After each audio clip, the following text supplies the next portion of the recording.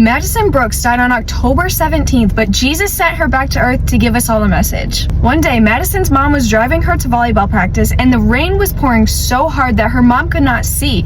Madison was sitting in the back scrolling through TikTok. Her mom kept asking her to pull up directions so that she could find the exit, but Madison just ignored her because she was watching a TikTok viral dance.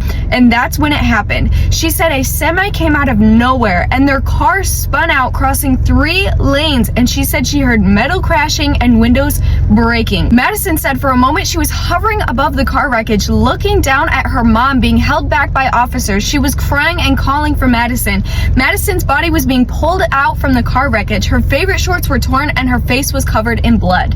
Then all of a sudden, she said she went into this tunnel of light, and that's when she saw him, Jesus. And she said that he didn't look like any of the paintings or drawings that she had ever seen of him. She couldn't explain it. She said that he was just giving off light, and yet she could still see his face. She said that Jesus took her hand and led her and showed her something. He led her to this place where she could see a bunch of screens and kids watching these screens, and she said their faces looked empty. She said that Jesus explained to her that he's been trying to speak to these children, but they've been so blinded and so deaf to his voice because of all the screens that they were feeding on all these lies. She said she saw a girl named Emma who was holding her phone watching these screens, and it looked like a chain was around her neck, and on the end of the chain was a phone. And she said she was in tears crying because she was comparing herself to edited pictures online. She said that the girl was crying because she felt like nobody would miss her if she was gone. Then Madison said that Jesus showed her all the moments where she had spent on her phone, and she said it was over 8,000 hours, which is more than a year of your life.